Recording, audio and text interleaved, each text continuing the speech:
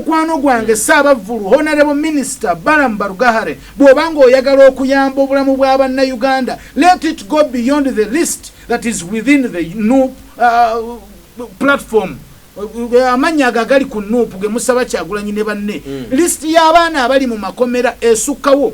Balam Joel Senyonyi ne Balam versus munamiziki Balam. Obuzibu bwagidde. Ne Joel naye wa miziki. Product ya ndo. Na ate ya managinga. Okay, nera bonna baba manager. Ne bandongo. Obuzibu bwagidde bwabadde wano. Ne Joel mukyali wange naye mudongo. Obuzibu bwagidde bwabadde wano. Balam yagambe Senyonyi. Ebibaga nti government waliwo abantu ebabuzaawo.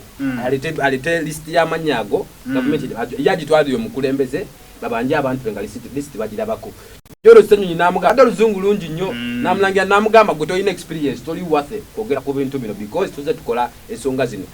Of course kyalesewo okureacting okuva member ba parliament abalala na nebuguma ngera bangoli avote oluzungu lungi yakwesiza kati kange mbirika tukaite kati tukakene masimu okujjako omuntu yenna atagendangako mu komera.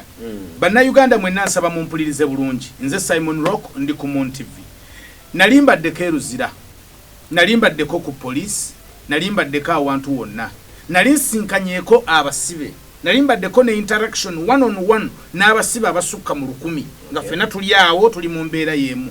Omuntu yekka atagendangako magombe yasobola okumma omufu olubugo olugero lwa Kiganda.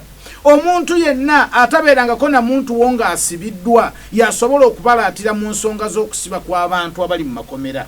Nze nno ndowooza nti ensonga eteetaaga nakubaganyizibwako birowoozo, ensonga eteetaaga kubwa seniority, nti ono senior nnyo aluddeyo mu parliament, simanyi ono yakayingira kubwa minister, simanyi ono yakakola ki, yalibadde tekwatagana na bulamu bw'abantu abali mu makomera.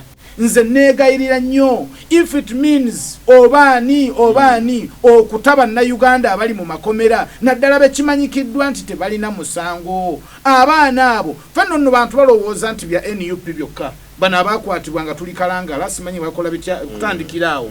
List y'abantu abali mu makomera ababonaabona olw'ebyobufuzi esukka ku list aba Nuupu gye balina.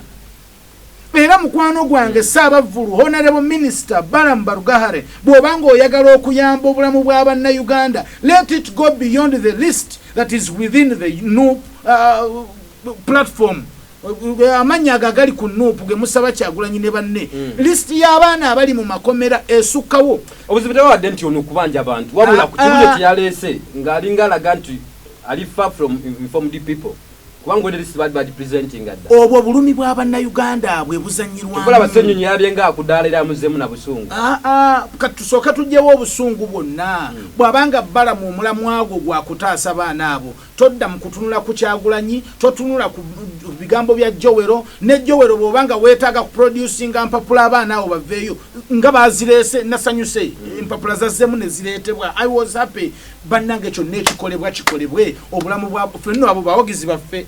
Abo badongo baffe abamu bayimbi bannaffe bajambi vulu byaffe abamu bayimbi bannaffe bali eyo lwakuba enseba tebakola ki tebamanyi. Abaana abali mu makomera bayina ennaku, bazadde baabwe bayina ennaku, abamu baali bayina abakazi baabwe bonna baano badde abakazi b'abaana abo babazaalazaala mudda. It is very embarrassing okulaba nga Bannayuganda tubalaatira era nga tuzanyira mu bulamu bw'abantu abali mu makomera. So bw'abanga Balam yazze jjo kubwa minister ng'olwaleero aleese ensonga eyamba mwana Munnayuganda tujanirize. Okay, awo tuli bagita program cha extra sivya gotwina side eri mubume ageza kulabika nti agatagata n'okulabya ddala ng'embeera etambulira ddala bulungi nyonyo ddala. Datsikalo ziwe datano mwemu zakaita ku ssaawa 2 ku ssaawa 3 zennyini ngenda kujjako engalo nkuwumuza omukono akatinka kwasa omulala ngenda ateebera bigeze kulabika nti bikwasaganyizibwa. Waliwo mukwano gwaffe ayagala kujja ku board. Bannayuganda mwebale kwagala show eno, mwebale kutufuula namba emu. Nina mukwano gwange director owa Riziki Paints. Ekigambo kye bayita Riziki kitegeeza mukisa. Langi ey'omukisa basewo ne banyabo twagala bategeeza nti yazze katali. Bw'ogenda ku hardware buli bw'olowooza obulowooza okusiiga ekizimbe kyo langi sooka onoonye langi ey'omukisa. Leka kuleeta langi egenda kufuula nnyumba yo ng'ekyuma ky'obuwunga. Omuntu yeesigame ku kisenge bw'ati agenda okuvaako ng'alinga abadde asima ttooyi nga yenna ajjudde kyoka.